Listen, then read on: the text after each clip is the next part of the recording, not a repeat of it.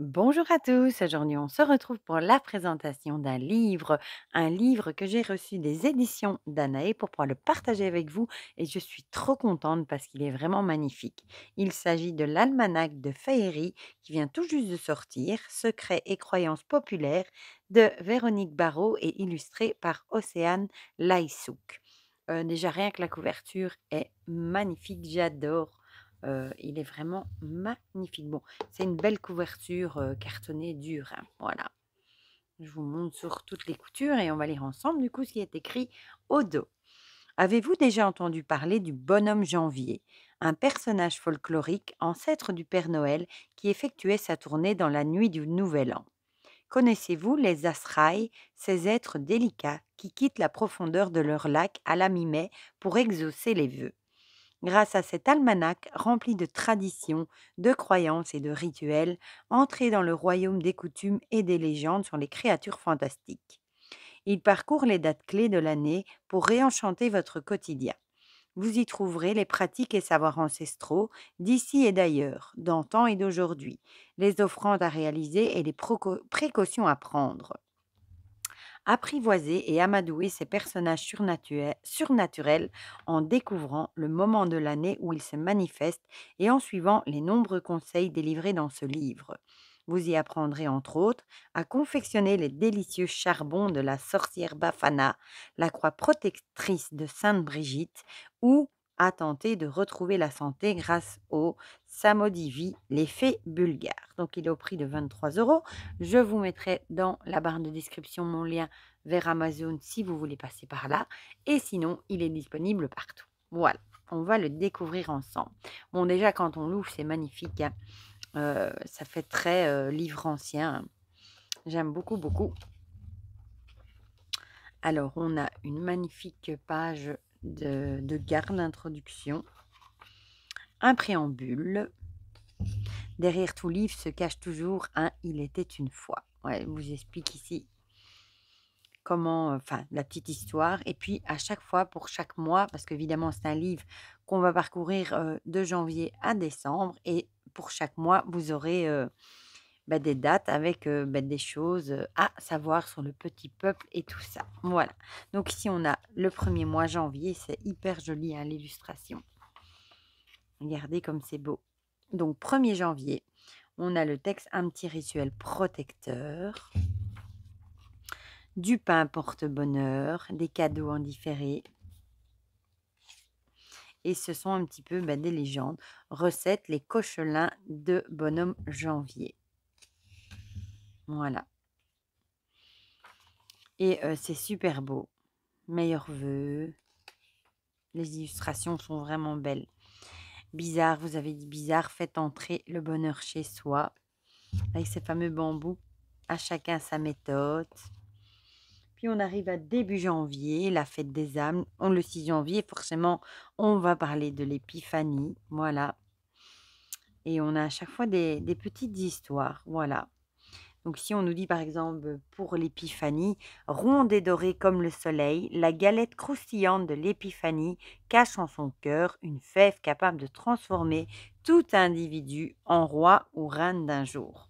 Cette coutume gourmande perdurant en France depuis le 16e, non 14e siècle, célèbre la visite des rois mages à l'enfant Jésus à qui ils offrirent de précieux cadeaux. Comme nous allons le voir, cette générosité semble avoir inspiré de nombreux êtres fantastiques. Entre cadeaux et punitions. Aux temps anciens des légendes, une vieille sorcière italienne nommée Bafana déclina l'invitation des rois mages à les accompagner jusqu'à Bethléem. La faute à sa vieillesse grignotant peu à peu sa santé, au froid vif régnant en maître au dehors de sa maisonnée, et à la pauvreté l'empêchant d'offrir un cadeau digne de l'enfant Jésus. Ici, on a la petite illustration de Befana. À son réveil le lendemain, la grand-mère fut prise d'un remords si pesant qu'elle partit sur les traces des rois mages. Hélas, les vieilles jambes de la Befana et son souffle épuisé l'empêchèrent de rattraper les trois hommes. Depuis, en guise de repentir, la sorcière se met en route chaque nuit du 5 au 6 janvier afin d'offrir des jouets aux enfants avec le secret espoir que l'un d'eux soit le petit Jésus.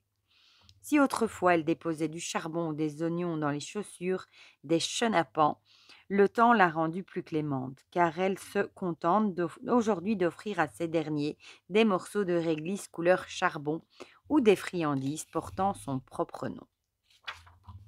Alors ici, on a la recette, les charbons de Befana, une cousine hors frontière, et on a à chaque fois des légendes. Ici, le croque-mitaine, couronné ou moustachu, baptême à retardement. Moi, j'aime bien lire ces petites histoires, les légendes, le folklore, et on a ça. Du coup, on a plusieurs dates par mois. Voilà.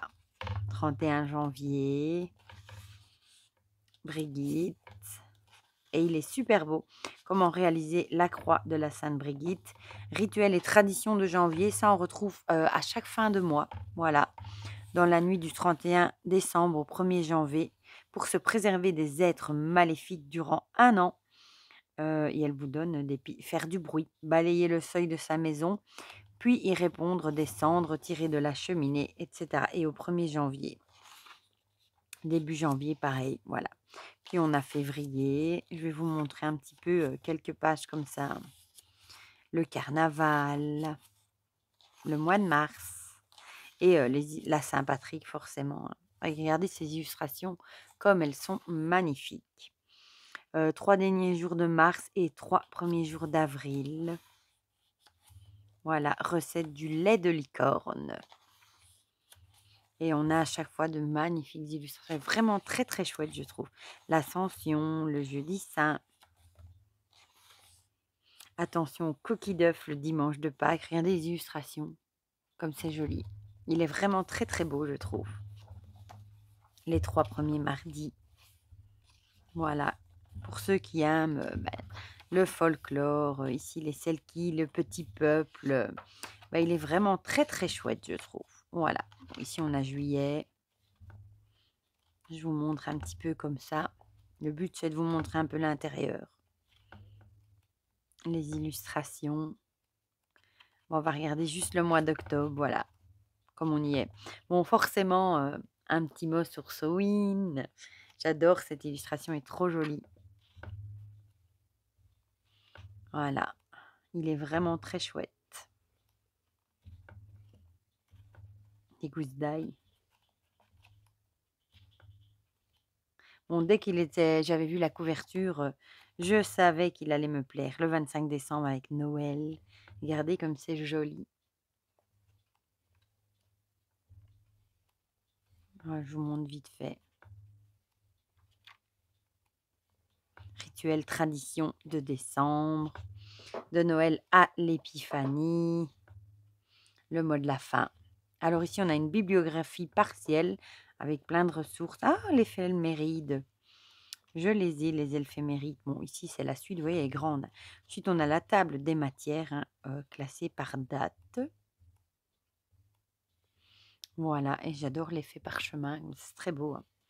Crédit iconographique, donc des photos.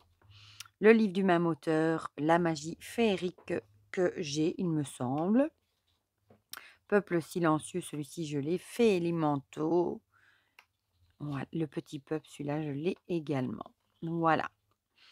Et on refinit par cette magnifique, ce magnifique motif. Voilà, voilà, voilà. Ben, franchement, il est super beau. Bon, moi, je suis fan de la couverture. J'adore le papier fait parchemin, les magnifiques illustrations, le fait qu'on peut aller lire à chaque fois le mois dans lequel on se trouve. Franchement, il est super joli. Voilà. Pour tous les amoureux du petit peuple qui aiment le folklore et tout ça, mais vous allez, à mon avis, beaucoup l'apprécier. Du coup, dites-moi dans les commentaires ce que vous en pensez, si vous avez craqué, s'il est dans votre wishlist, si vous le trouvez intéressant, si vous le trouvez magnifique, si vous aimez les histoires du folklore et du petit peuple. Dites-moi tout ça dans les commentaires, comme ça on partage tout ça ensemble comme d'habitude. Et pour le reste, je vous fais plein de gros bisous et on se dit à très vite pour de prochaines vidéos. Bisous, bisous!